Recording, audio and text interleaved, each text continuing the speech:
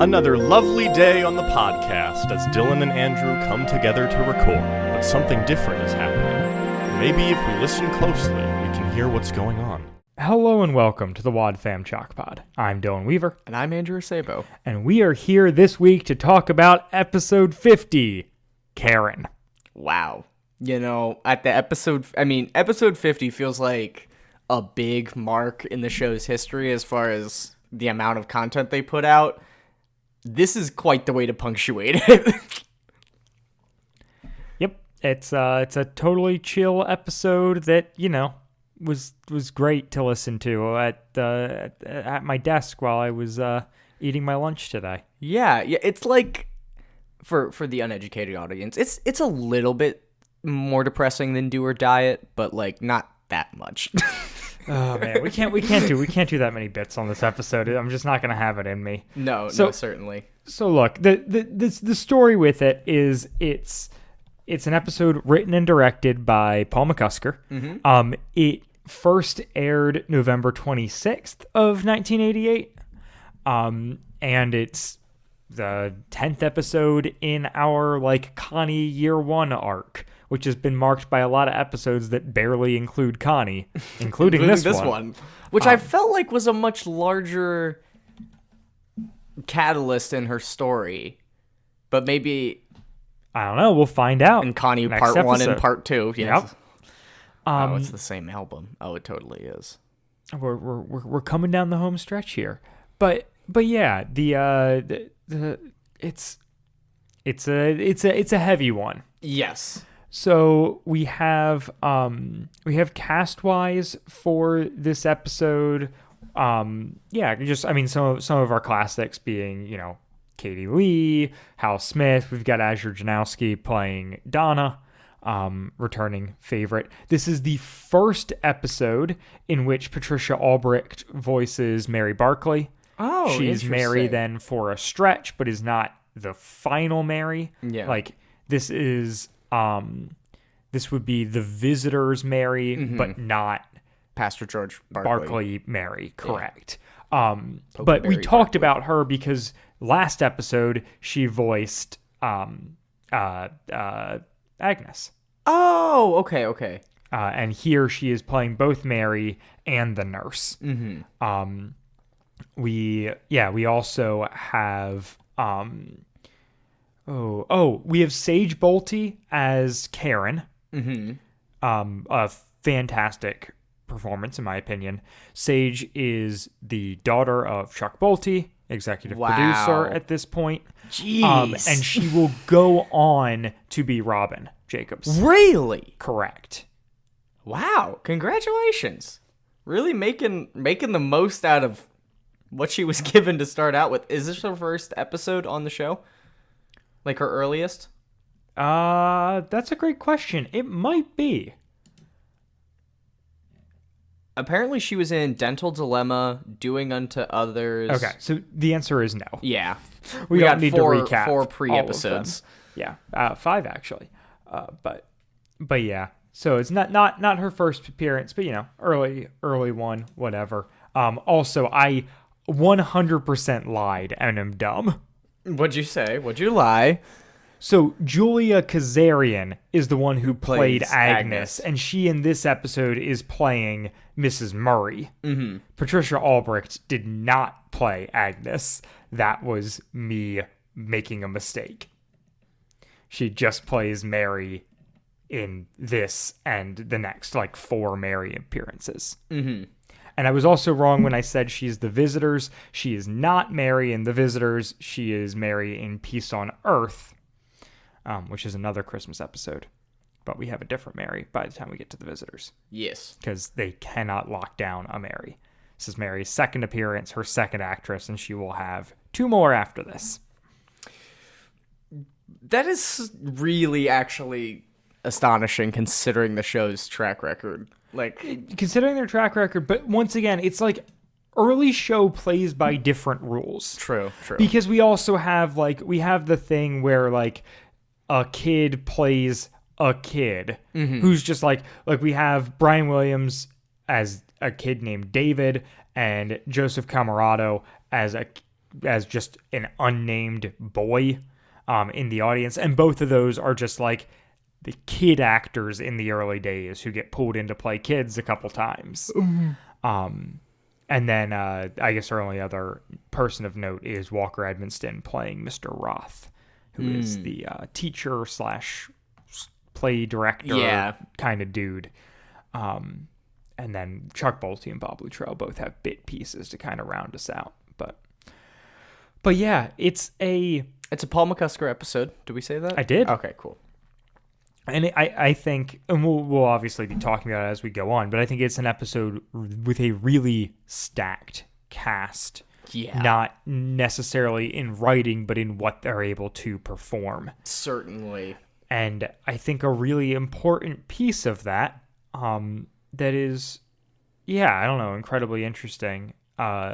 This episode comes based off an experience that Chuck Bolte and his daughter Sage had. Oh, okay. In which, like, she had a friend who passed away. Wow. When she was young, and okay, I feel much better about her participating in this now. And obviously is still young at this point. Yeah. Oh yeah. And to then be cast as that friend is. Yeah, like that's a bold move. Big ask. Yeah, that is. Like, I really hope she was excited about it and wanted to do it. Yeah, or even if not excited, was just motivated, I should yes. say. Like I want to make sure she was independently desiring of this to happen. It wasn't Chuck being like, hey, so I know that thing happened, but would you mind doing the same thing again? Yeah, right. Like I have to hope that the people involved were not exploiting the situation. But he's got such a good dad voice, Chuck Bolte. I can't imagine he's a terrible dad. Yeah, I mean he's an executive producer for Focus on the Family. If there's anything they are, it's good parents. That's yes, the family obviously, part yes, of their name, and dads especially. But yeah, it is. It's a.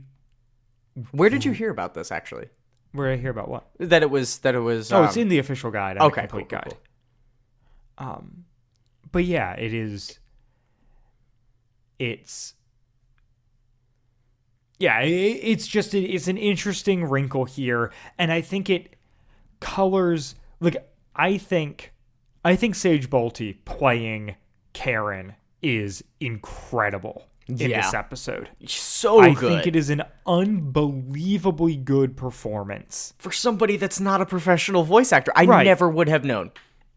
And that's it stood out to me so much listening to it. I haven't listened to a Robin episode in recent enough to know. I don't hear that voice and think Robin. No. Though maybe if I listen to him back to back, I'd be like, okay, I can kind of pick through it. Sounds like young Robin, maybe, but yeah, and I don't, like I said, I don't know what her age was at the time of this, but I am assuming she was a child. Yeah. Actually, now that I say that, I bet I can find pictures of her from around about this area. Yeah. Around about. I was just editing an episode last night in which I said area instead of era, and now I just did it on air. Yeah. It's live. We can't edit these. Yep. Oh, wait, no. There we go. Okay, pictures in the back. Can I find a picture of Sage Bolte that is time-stamped?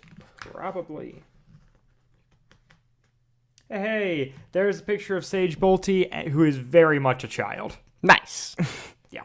What's your guesstimate, age-wise? So I would say in that one she is early teens, early to mid-teens probably. It's hard to tell because of the era, but also that's, I assume, like this is earlier than that picture would be my hunch. Yeah. Because that one's even tagged as Robin, who's a character who isn't on the show yet. Yes. So my money's on 9. Paul McCusker, please confirm this bet. I think she is older than 9. 10? I would say she's during this episode, Yeah. based off that and my own just dumb mental math, whatever, she's quite possibly like 12. Yeah, that was my thought, was somewhere in between 10 and 12. Yeah, and she's right, possibly playing someone younger. It's a bit ambiguous, although I'd say that's probably about right because of where we are at with Donna being definitely not a Middle schooler. right. Or maybe she's a middle schooler at this point because Jimmy is so young. Yeah. But it's that thing of like, okay, we can always go like Donna's older than Jimmy. Jimmy's probably in elementary school. This is, I'm guessing, middle school. Actually, it is middle school. Yeah, Because the they middle specifically school thing. say about the performance being middle school. So yeah, she is probably playing her age or very close there too in this episode. Do we have a promo for this episode? We do in fact have a promo. I'm a little scared. Yeah. There's Donna. Hey, Donna, how's Karen doing? I don't know. On the next adventure in Odyssey, Donna Barclay learns an important truth about walking through the valley of the shadow of death. Mr. Whitaker and I are going to see her now. You're going to the hospital? Yeah. I hate hospitals. It's a heartfelt and uplifting story about death and life next time on Adventures in Odyssey.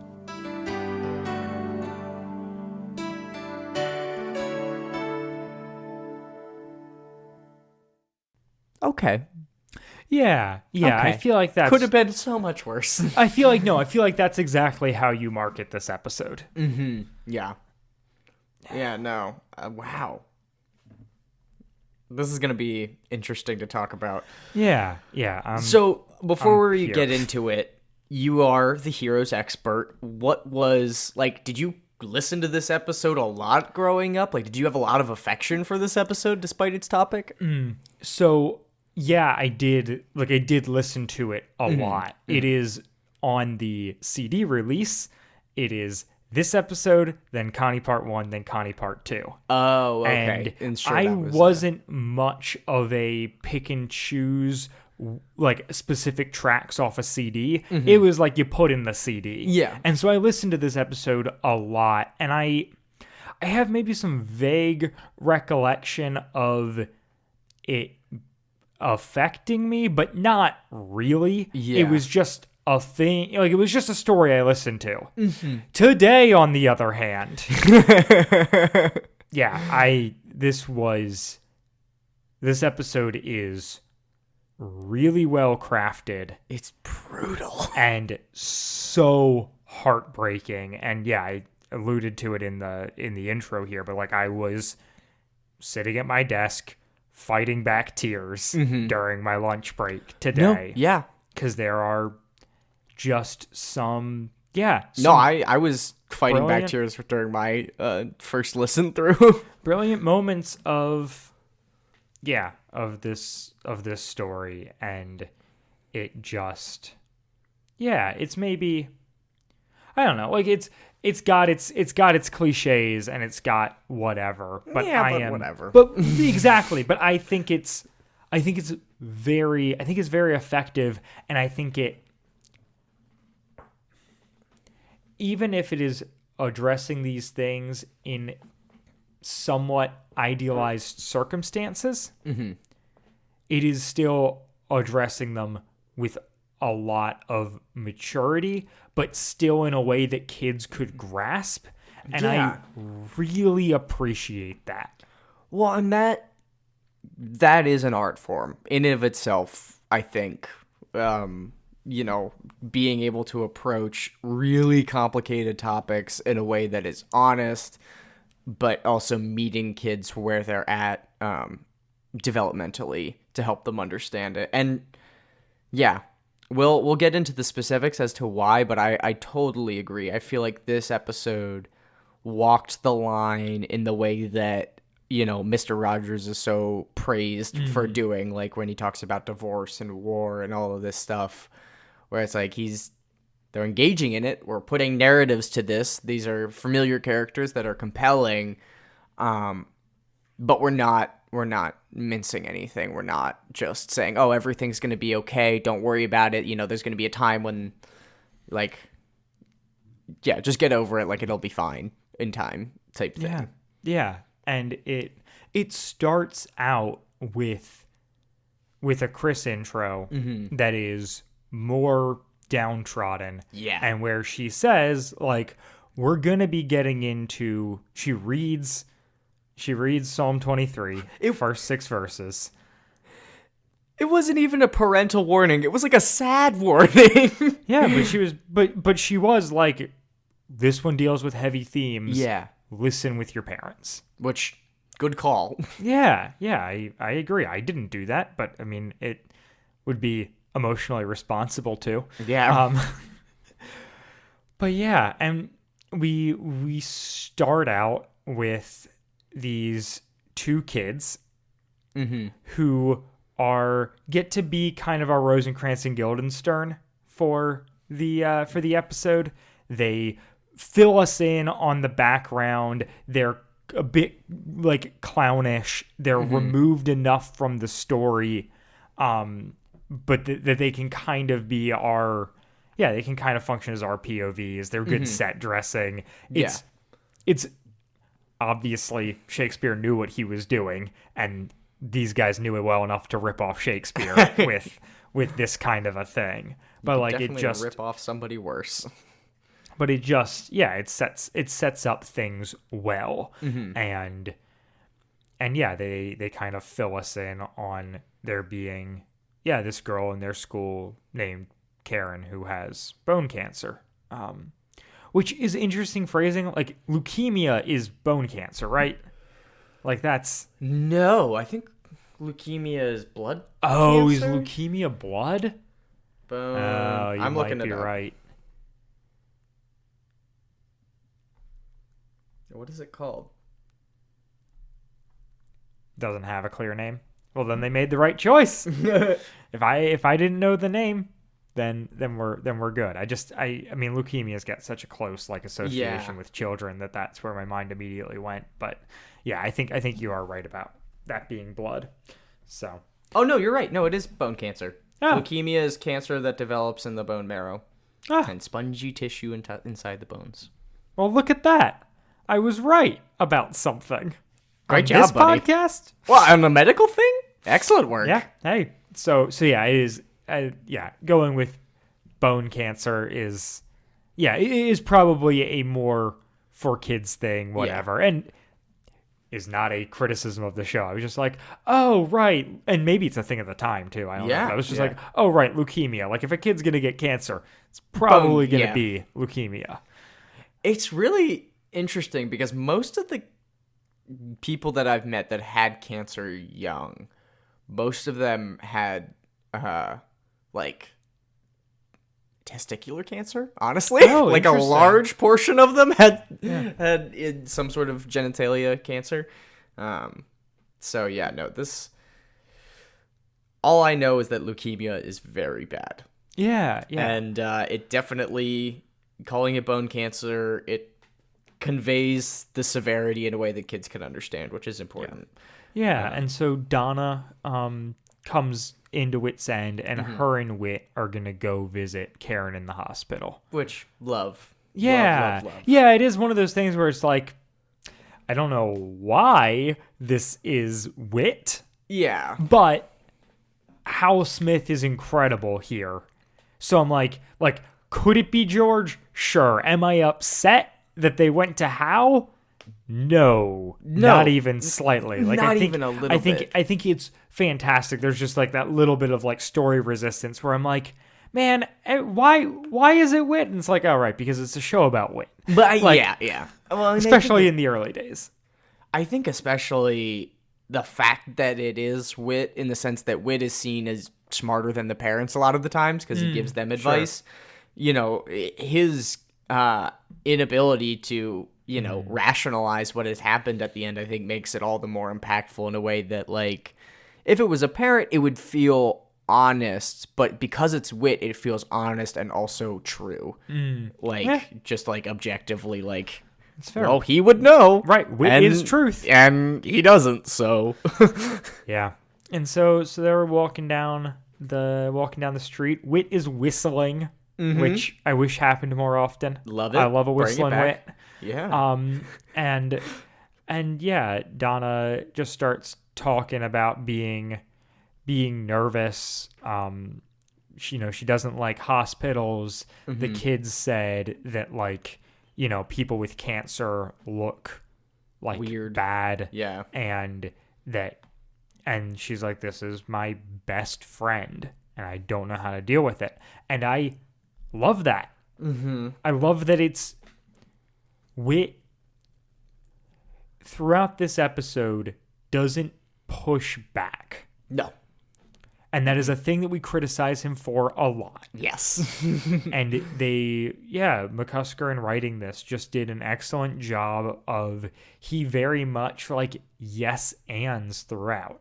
He's very aware and in tune with their pain, but doesn't just settle in that, like keeps things moving. Yeah.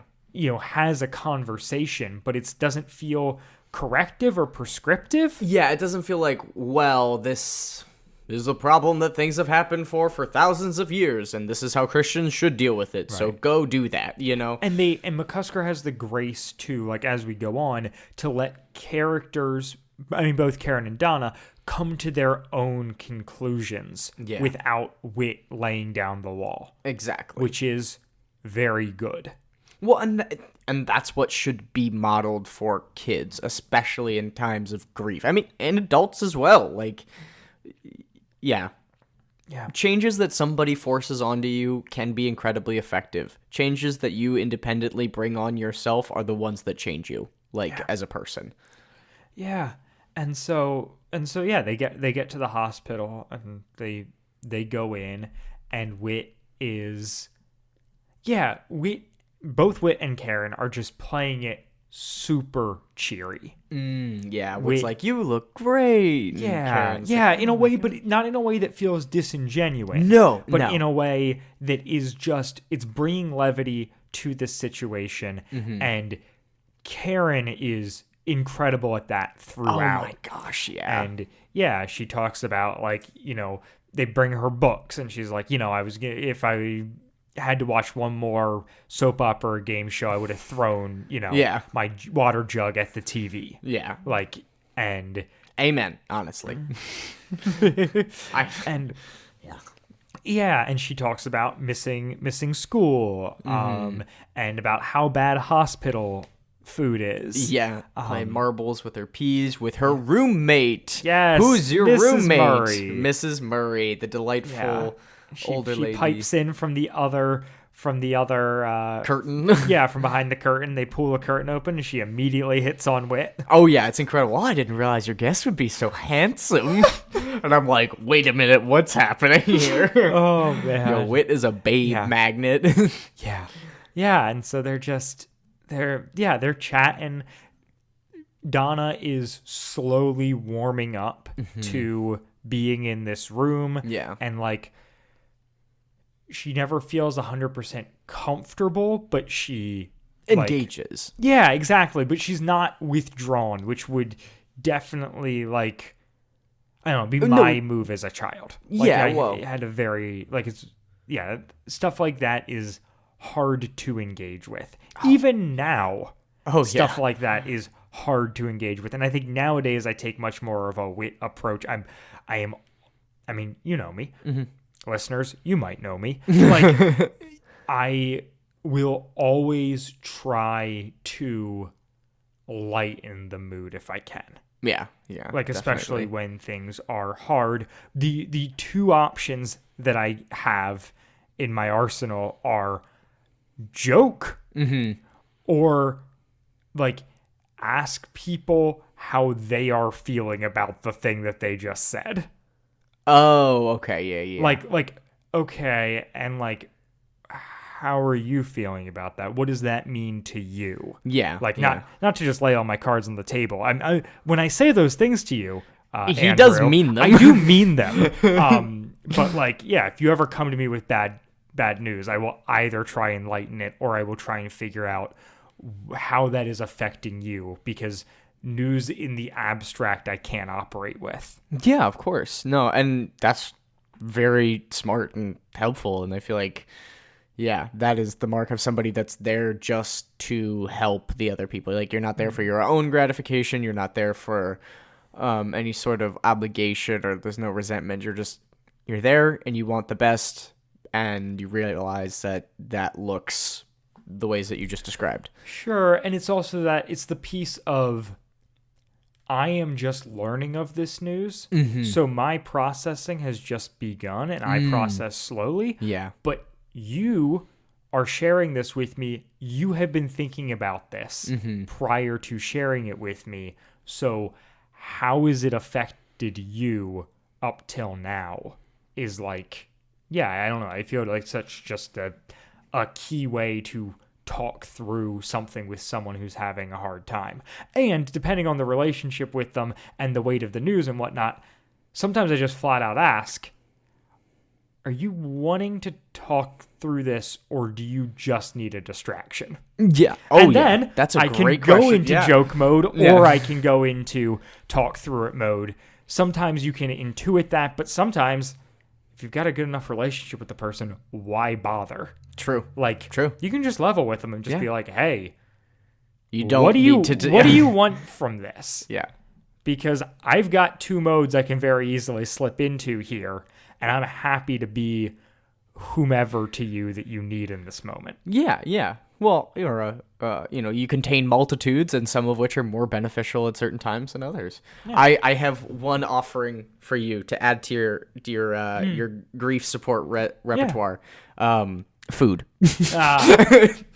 Talk about food. Bring food. Just see what their experience with food has been like. I've always found it's a safe. Like, oh, how's the food? The food here looks good. There's another place where the food's not great. Like, right. I mean, that lands into like the light knit distraction kind of mode. Exactly. Versus the engage it head on. Yeah, 100%. Yeah. And so, yeah, there's good interactions all around here. Mm-hmm. The room has a levity to it. Karen is not viewing this as a permanent, like, nobody's viewing this as a permanent thing. Yeah. They are all, I think, necessarily for where she's at with things, you just got to play it as this is where we're at the moment, but that's going to change. Mm-hmm. And we kind of go out on they end up leaving, or sorry, do you have... Well, on their way out, they kind of talk about the experience with Donna. Okay, and so before that, I want to make one comment, which is as they're wrapping up to head out, they talk about, maybe next time we'll bring food or something, and Mrs. Murray says, "Bring me a cake with a file in it," which Whit and Donna laugh at, which is a good joke, but is not a thing I understood as a child listening to this episode. No, is that from a movie? No, I mean, it's just the classic, it's breakout of right? prison. Yeah, okay. Yes. I wasn't sure if that was a. How the heck did Donna get this joke? No, I don't think it's referencing anything specific. I think it's very Yeah, get me out of here. Right. Haha. Right. But yeah, it's which is funny, but it's just like, yeah, it's a thing that I never understood until just now. until on your lunch break. Yeah. There's a lot of pieces from this interaction that are like glued in my mind and whatnot. Even what they say about hospital food. Yeah, it's true. Like, yeah. and I was like, but you didn't actually, as a child, I'm like, but you didn't actually tell me what they think. Is playing marbles with your peas a bad thing? That sounds kind of fun. Yeah. And it was like, oh yeah, obviously, the joke is that the peas are hard, but it's fine. The other thing is Karen insisting that she's gonna get out of the hospital in time to do the fall show. Yeah, she wants Donna to talk to the director, make sure she still gets her spot, like they don't get rid of it, which listening to this, thought, there's no way, she's sick, they know she has cancer, they won't get rid of her spot. And then they cut to them like trying to get rid of her spot. Yeah, but you wanted to say something about them walking out that I cut you out on. Yeah, no, I just wanted to mention that, Whit does touch base with Donna on the way out, which is really good to check in and see how she's feeling after all that. And Whit kind of has the thing of like, well, I don't know how much we were able to help her, but like I do feel better. Yeah. And that is sweet. And like I Yes. think that's really Yeah, I don't know how much we cheered her up, but I'm sure feeling better. Yeah. Where it's like because they were all laughing and having a good time, Yeah. and Karen was not defeated. No, yeah, exactly. Even though she is in adverse circumstances, she's not. Yeah. She's not. Yeah, defeated I think is an excellent word. Yeah, but right. So then we go to the fall show where David, who is the child running the show, Okay. is just going down the list and is like, all right, well, we got to cut Karen. She's in the hospital. She was supposed to dance. She's not even able to Show stand. must go on. and the teacher, Walker Evanston, very graciously steps in. Well, Donna like yells across the room, and Yeah. the teacher's like, "Look, we'll figure out something for Yeah. her." But even he is not No. particularly positive. It is rough. He's like, well, just have her read some poetry or something. Like, we'll just relegate her to that instead. Where I'm like, wait a minute. There is a child with bone cancer who is very excited for this. Yeah. Yep. And y'all are going to treat her like an extra? Right. Yes. Yeah. It's brutal. But then Mr. Roth tells Donna to say to Karen to hurry up and get well, which I Yeah. thought was really sweet and it was well delivered. Yep. And like it provides those little kind of a little bit of spice of perspective from everybody else going on, so you can really see that like not only are the people that we focus the most on having a hard time with this, but this is like a really big thing for everybody. Right. And depending on what You're in a happens with small- Connie in the next episode, it small might community. even be, reinforced by that.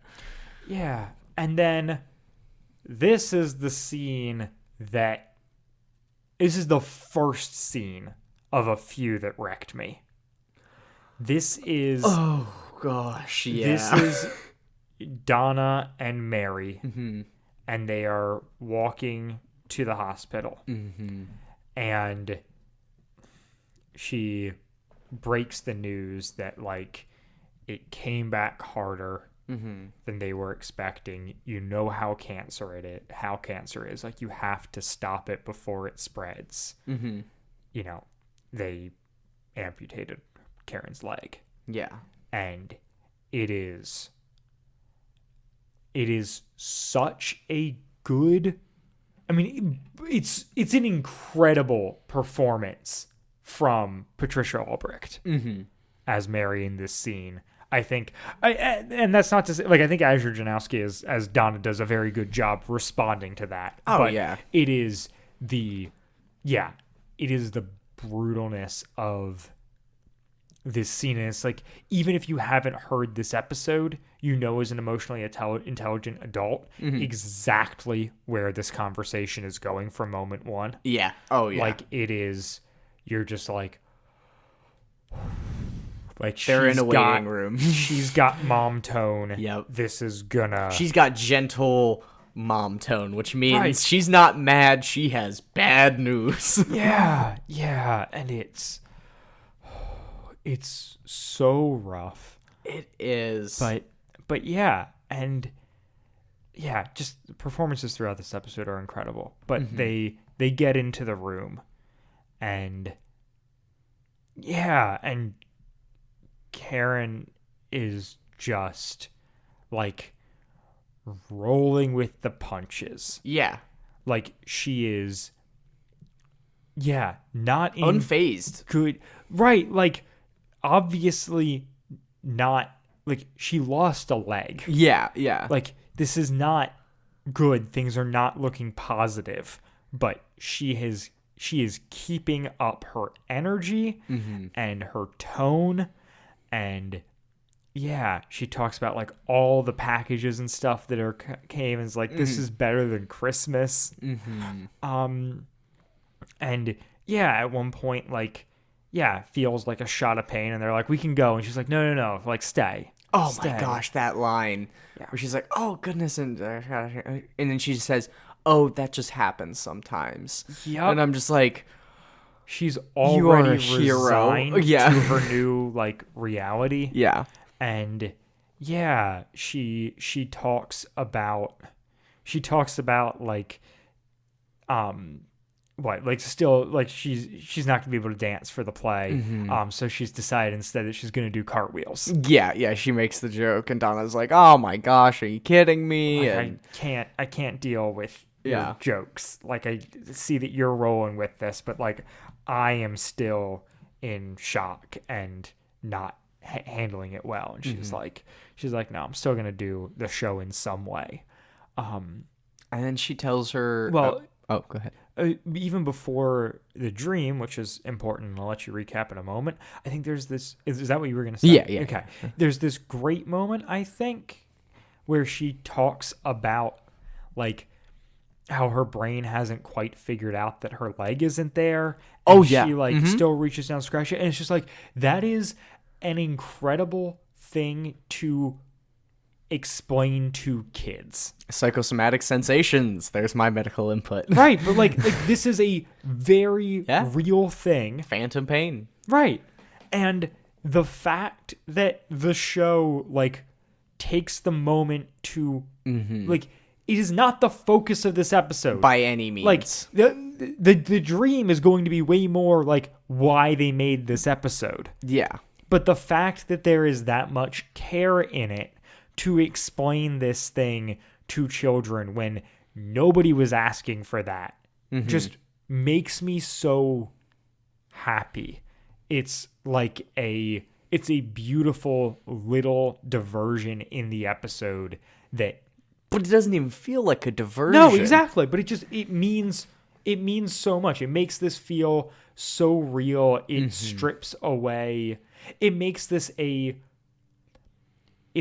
portrayal of someone who is going through a thing rather than a parable. Yeah. Well, because you're able to keep up with her responses during the various stages of her cancer and everything. Yep. And yeah, no, I definitely agree, and they totally didn't have to. Right. This is definitely just peppered in there, but it educates children as to what that looks like. It also relates to kids who may understand what that is because of their own experience and validates that. And yeah, but it also like adds a bit of metaphorical black to the color palette that you're making. It doesn't overtake it or anything like that, but it provides a bit of depth there that really, I think, heightens it, benefits the whole episode and where they're going with it. Yeah, and we also find out this is the scene where it comes out, or like Donna is taking care of Ferguson, yes. Karen's cat, while she's in the hospital, because Karen's talking about like my How's parents Ferguson? are, yeah, she's like, my parents are either here or at work, like they don't have time for him, and that is once again just like horrible realities of the situation, very clearly, incredibly peppered in, right? Just that are just there, but even though he's not a credited writer, Chuck Bolte on this episode, like even though it's credited to McCusker, he's obviously executive producing. This is a story inspired by his experience, right? The experiences of those around him, and by proxy, him. And you can tell this is being written from a place of actual knowledge and experience. Yes. 100%, which Odyssey notoriously doesn't always do. Yeah. But they really, when they do, they knock it out of the park. Yep. Yeah, I mean, we talked about it during Pastor George Barclay stuff a lot, of just like engaging with people who were pastors' kids and and pastors' families, and just like all the dynamics of that. But like, yeah, they have the capacity to do it, and it's so clear and beautiful and well played out here. Just how much they have inside knowledge and are able to sprinkle in nuance and reality into this episode. And then we get to the dream. The dream. So Karen has a dream that Jesus is healing people, and Jesus goes and talks to her and says that she is. He doesn't heal everyone. No. And he says to a bunch of these people, like, I've got something better for you. Yes. And then he turns to her, and Donna's like, he turned to you, like they do like that. Yeah, and Jesus said, and forth. Karen, or I have something better for you too, Karen. Yeah. And I'm like, wow. Yeah. Has anything like that ever happened to you in a dream? No, my dreams are very, very, very boring. Yeah, I don't have any. The closest thing I have was like I had like a wake in the middle of the night, like clarity, where I was like, there was a decision that like wasn't even really on my radar as a decision, just something I'd kind of written off as like, no, that's not happening. And then I like woke up in the middle of the night with the like, oh crap, I think I got to do this. And then That's how the podcast started, isn't it? you're not that far off. But yeah, but then it just, right. So then that snowballed into conversations and whatnot that then led to that thing actually happening. But that's not, by no means Not to this level. No, but yeah, this is the thing that people do have experiences with, and I'm not one of those people. I don't know that I really know anybody who has those types of dreams personally, but I've definitely listened to a handful of sermons where pastors have talked about you hear about this kind of story, and it works well as a story. Like, I mean, it's and I love like this version of it versus like the heaven is for real or whatever. Like, this is they make this pretty palatable, and it doesn't, I think partially because of Karen's attitude and whatever up to this point, this doesn't feel like it is some outside force intervening. No. Like, this does feel like it's coming from within, whether you take that, it's her subconscious coming to terms, whether you take that Holy Spirit, divine intervention, however, but it's not like there's some external force that then makes some radical change in her life. Yeah. It is very much like her coming to terms with this thing and it happening. It's like there's not any new information here that she didn't have before. It's just a clarity. Yeah, it's clarity and it's perspective shift. It's right. It's what this episode is trying to say, and as it engages with death, which is that death sucks. Lots of people die, and it's bad. We cannot do anything much about that. But that's not all of it, and praise God because we believe in something bigger and better than that. Yeah. Yeah. Amen. The other thing, just throughout this score and whatever, this is not a throughout this episode, the score is not a John Campbell score. What? Yeah, it's a guy named Marty Ichito who did has 50 maybe scores from the first couple years of Odyssey to his name. Any other major hospital episodes that you recognized? No. Okay. I think the only other episode that we had covered that he had scored was last week's episode. Oh, okay. But it's a great score. And it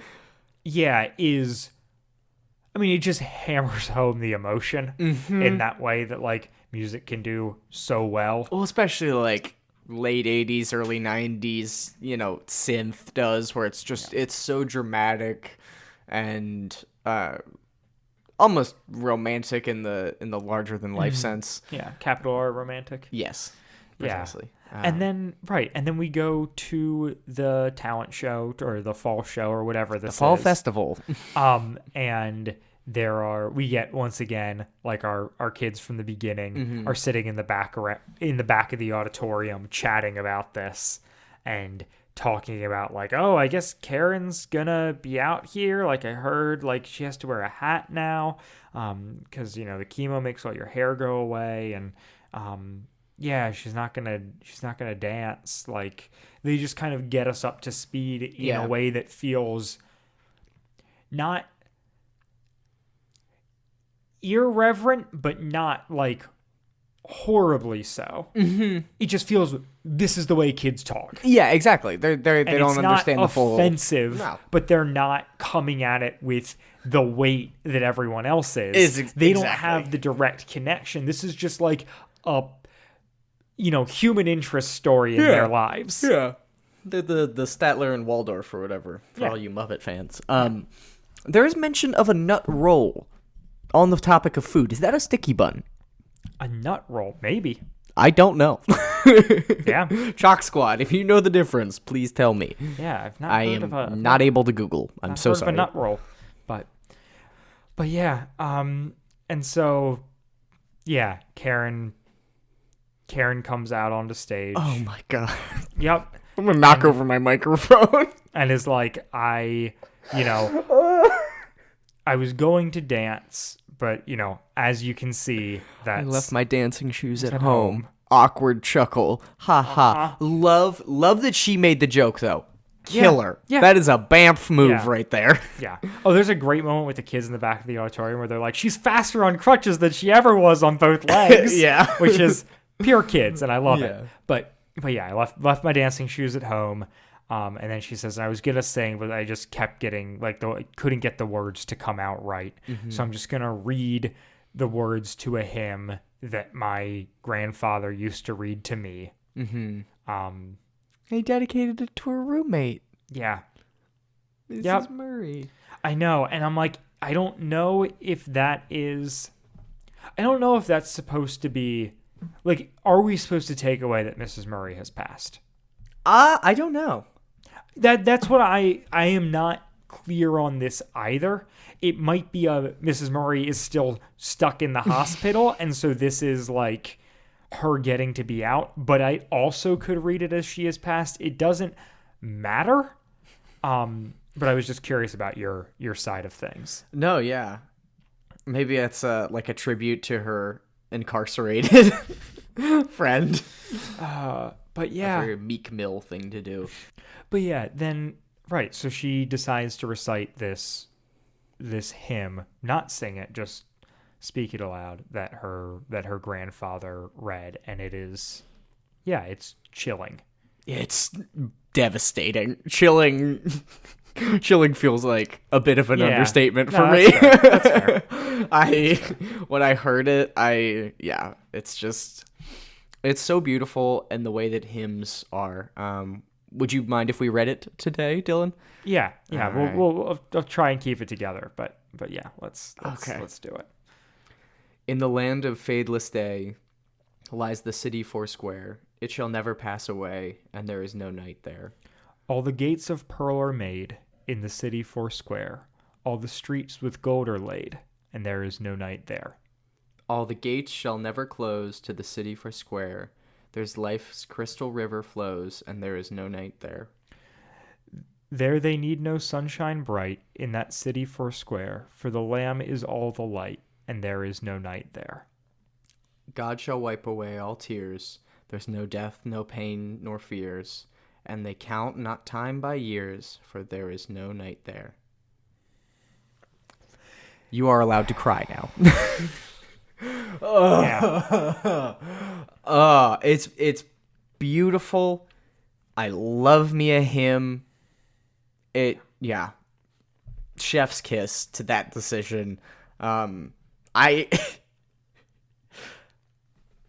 I I wonder what it must have been like for Chuck Bolte to make this episode and include this portion of it, because that wasn't most likely something that happened in his experience, how that impacted him. Yeah, well, and for Sage Bolte to read that aloud. Mm-hmm. Yeah. Gosh. With it having been her friend. Yeah. Well, and you can hear it in her voice in a way like... Oh, this is like, it's the first moment where we hear the like Karen tone shift. Yeah. Like we get glimpses of it throughout when she kind of makes the passing comment about the pain or whatever. But like this is her really, really punching hard, and it's There's a bit of Eastern philosophy that suggests that you are only your most alive when you are the closest to your death because you appreciate being alive the most. And I think the tonal shift is a bit emblematic of that, where it's like she feels almost mythical because she is so alive and so present despite everything that would try to take that away from her. Yeah, I mean, even the way the kids are talking about her, the way, it's just all. And there is no so right good. There, or no night there. My note is oof right in the feels, and that is a gross understatement. Yeah, and then she's back in the hospital. Again. We have our one scene with Connie where she cries out and she's like, I don't understand how a girl alive as Karen is could get cancer. It's just not right. And Whit goes and is like, I don't understand it either. All caps. Whit admits he doesn't know. Like, I just, at times like this, I just have to hang onto my faith and trust that God is in control. And that's the option. Yeah. At least in my life, for people who have other solutions out there, hope they're constructive. Yeah, exactly. And I don't know if you don't give this one a spin, I guess, but like, that is just, it's brutal. And I'm like, I've not had a lot of loss that is particularly close to me. That is, as most things do, grows with passing years. But yeah, I mean the closest, my grandfather, that's a couple years ago now. Pre-podcast? No. Okay. No. We recorded during that time. Yeah. Like that. It was. Oh yes, I do remember. I do remember now. Yeah, he was fairly old, so it wasn't. I imagine grappling with that is way harder when they are young. Yeah. It came. It was not really on our radar. He was doing fine-ish. Had always struggled with some health stuff, but was like in good shape. And basically, over the course of a month, just went. Yep. And it did not have that abruptness. I think myself, the rest of my family were all able to make peace with it pretty well, knowing his age, the life he lived, the faith he held, made it all easier. The fact that we could all do it together as a family made it easier. But I was very, like, and I didn't have an incredible relationship with my grandfather, but like, I knew him my whole life. Yeah. He was 20 minutes away, spent a lot of time over there, was there a couple months prior to his passing, slightly frustrated at a computer situation that I was dealing with on them. I think I where they remember just you talking to me about didn't that. Yeah. know their password for their Google account, and it was a nightmare. And yeah, I spent like 2 evenings immediately after work there, and just went on and didn't feel like it had any conclusion. But like, oh, so glad I had that time. Yeah. Like that was in August. He passed in October. Like that was, yeah. So yeah, there was just a lot over the years, but it's like that, even that being, yeah, my closest encounter with death was like kind of as ideal as it could be. But still world breaking a little bit. I mean, yeah. Not comfortable. No. But I'm just like, to be grappling with it as a child when the person is also a child. Yeah. To be grappling with it as adults when this person is a child. Like all of that is just like I can't imagine. Yeah. I don't know if I've told this story on the podcast before. I'll keep it short, but when I was 11, I want to say, maybe 12 at the time, I was playing on a travel soccer team, like a club soccer team that was an age bracket older than me. And one of my teammates killed himself. He was like 13. And that was like the first time I knew, like, it wasn't the first time somebody I knew had died, because like I had a neighbor who died pretty young. But I was definitely old enough then to really not really comprehend it, but to appreciate fully how freak of an occurrence what had happened was, and how devastating of a loss it is that he was no longer there. And even though like, he wasn't somebody I was close with, it was just he was just a teammate. But that was like a really good example of like in my life, just adults had no clue as to what to do or how to explain a 12-year-old who was, on a travel soccer team killing himself. But yeah, no, it makes it take on a different level. And even then, it wasn't until like my grandfather died, and that was very sudden, and I was older. I was in 6th grade when that happened.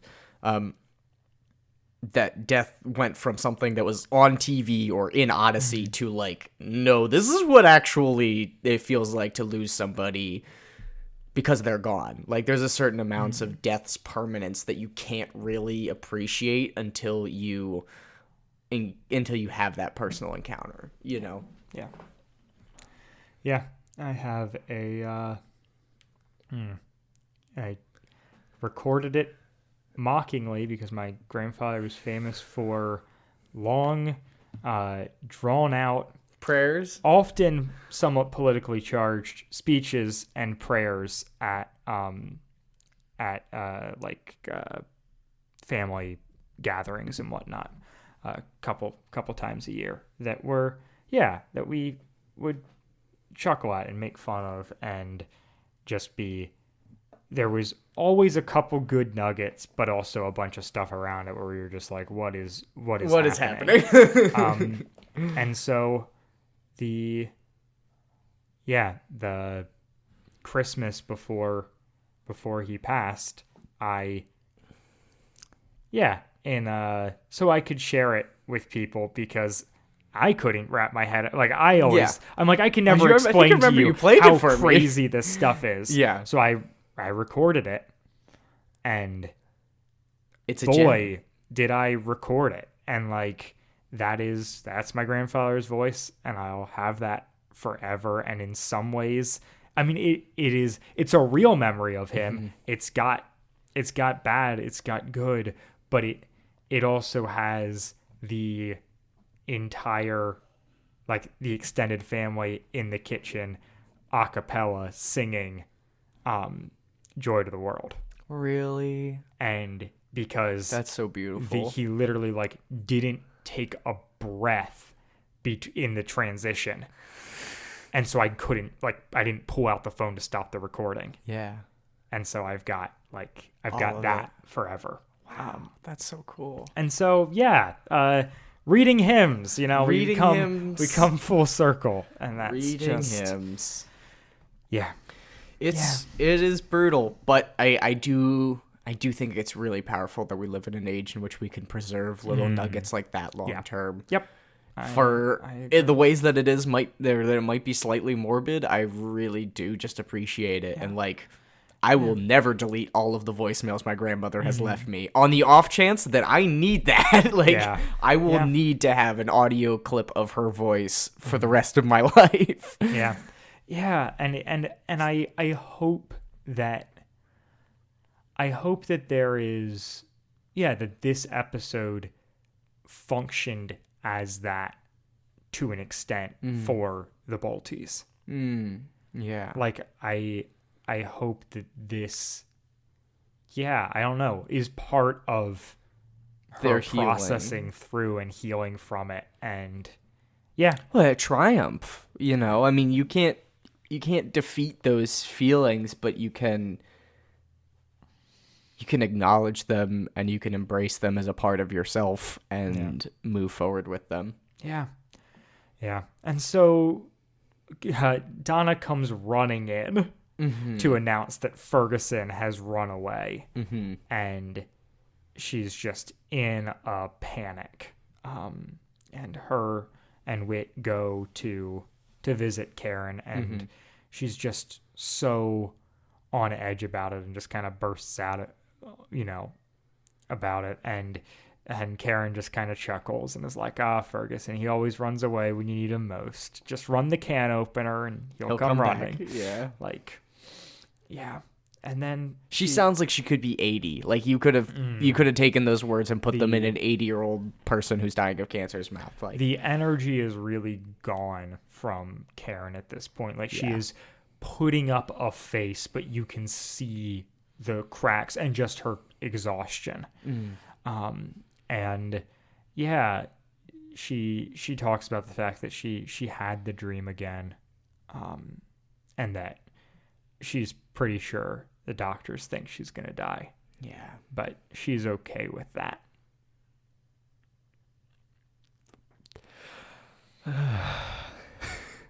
And then she asks Donna to keep Ferguson. And she talked about having the dream again, where Jesus was comforting her and saying that there was something good waiting for her. And Donna talks to her, or Karen kind of comforts Donna, saying that we'll see each other again, and we'll have all of eternity to be friends.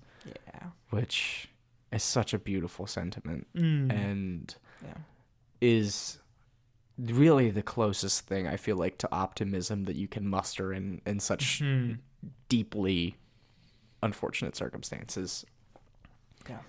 But in her defense, that is Christianity, in my opinion. It is the undying hope.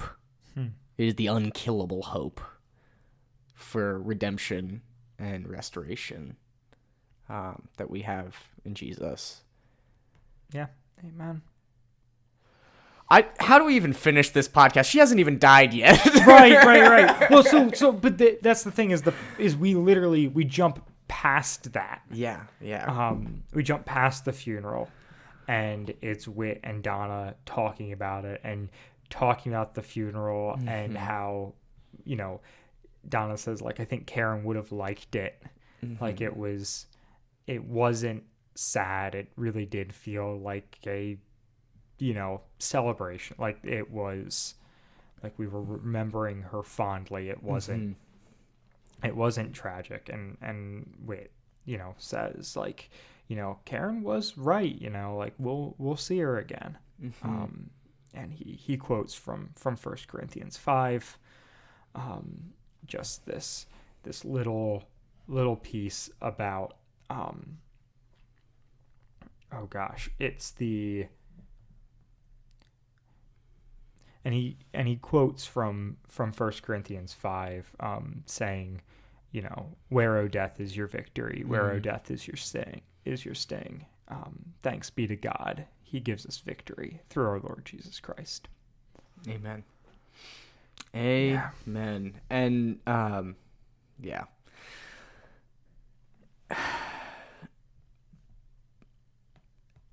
Before we conclude, which the episode's not quite over yet, but we're about at Sure, the end there of is it. a scene, Yeah, or a moment. Yeah, there is a moment. Karen describes death as like a door, and on the other side, it's warm and filled with God. How does hearing that make you feel, and how do you feel about that understanding of death? I think it's very emotionally resonant. Mm-hmm. I think that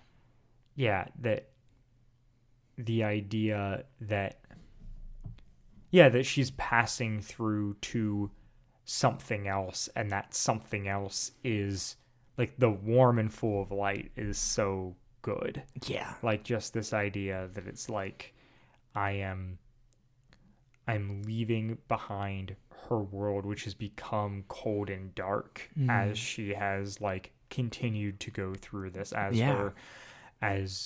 she's just been beaten down by this fight. To then have that thought that it's like out there beyond, like there is, That's beyond understanding. right, there's something still out there for me, there's something to come, and it is good. Amen. Yeah, no, I really agree, and I deeply appreciated that particular metaphor of being used when talking about death. Yeah. Because I think it gives death more dignity, and it gives death like it feels like an injustice that she is dying so tragically young, which it is to a certain extent. But, you know, death is universal in the sense that everybody does experience it. And which Karen says at some point. She'll die like, too someday. Yeah, exactly. And it gives death a bit of dignity where it's like, yeah, this is just the side of the apple that they don't face towards the customers because it's a little bit more bruised and ugly, but it's still there, and it's still, you know, still important. And yeah, I definitely do appreciate it.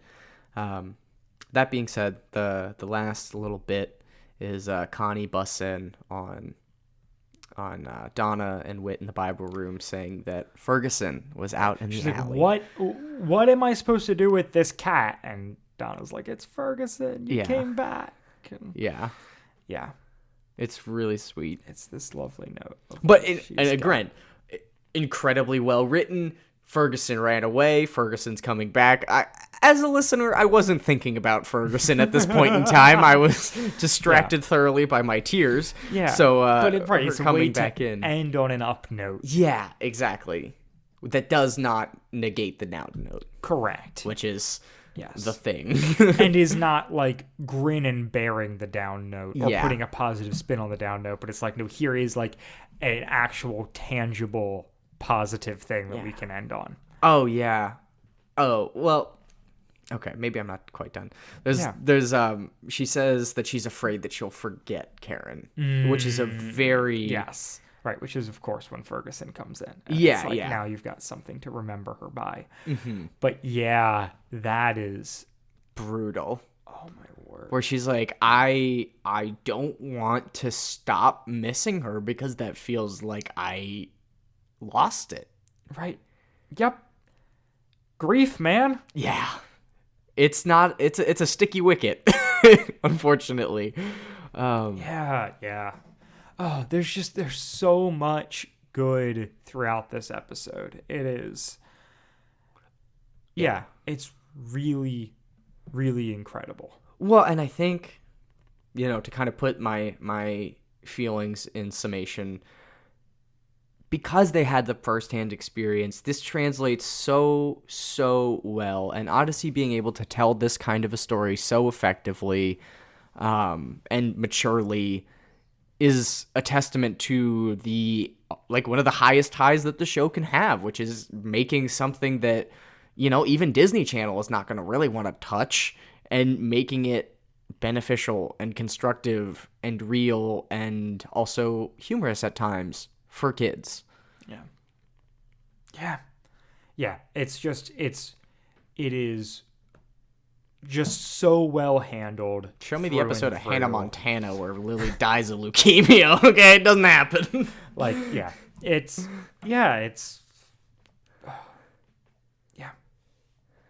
Dylan, what are your closing thoughts on this episode? It's kind of a magic trick that this works. Yeah. And I think that I think a large part of why it works is because of the genuine love and experience poured into this. Yeah. That this is real things that happen to real people. Maybe not in this way, but it's coming from a real place, and it's also coming from a place where it's like everyone, like the people involved with this have experienced loss and experienced closure of some sort, and know where their hope lies, and they are portraying that to an audience very well. They are not talking down to kids for a moment, but they are making this accessible to them. Mm-hmm. Yeah. And I'm really amazed by it. I wonder if its wild success and kind of magic trick nature is why they haven't tried to do more of this stuff. And I know they have done it in certain ways, but I feel like since this episode, there really isn't, like the Mortal Coil episode a little bit, but if we ever talk about that, we'll get into the more that perspective. This is a very humanistic perspective on death. And I think it might just be lightning in a bottle, you know? Yeah, it's really incredible. And if it's fine by you, rather than plugs this week, I just wanted to shout out the research done by St. Jude's Hospital, Hospital in Big Love St. Jude? Yeah. In Tennessee, and just the incredible work that they do there to try and put an end to this. They have therapies now that probably would have saved Karen's life. Yeah. They have, especially for bone cancer, because I did meet somebody who had that as a child, and she was able to go to Philly and get it taken care of. It was expensive. It was a long, brutal process, but shout outs to the people that do the work that makes that happen, because they don't have their own podcasts, and they should. And it's like St. Jude's is not just the research, but is also helping with funding and support groups and counseling and all of the things involved therein. And so I just want to give a plug for them. I will throw a link to donate in the show notes. And we can go out on that. And next week we're going to talk about Connie Part 1. I'm sure this will have no influence on that episode whatsoever. Join us for that in a week. Bye, guys. Bye. Wadfam Chalk Pod is a presentation of the Lidditz Podcast Co-op. This show is a fan podcast and has no official affiliation with Adventures in Odyssey or Focus on the Family. As such, the copyright is ours under Creative Commons. Follow the podcast at wadfamchalkpod on Twitter and Instagram, or email us at wadfamchalkpod@gmail.com. Karen is hosted by Dylan Weaver and Andrew Acebo, and edited by Dylan Weaver. And I'm Nathan Haverstick, hoping you'll join us again next time for more of the Wad Fam Chalk Pod.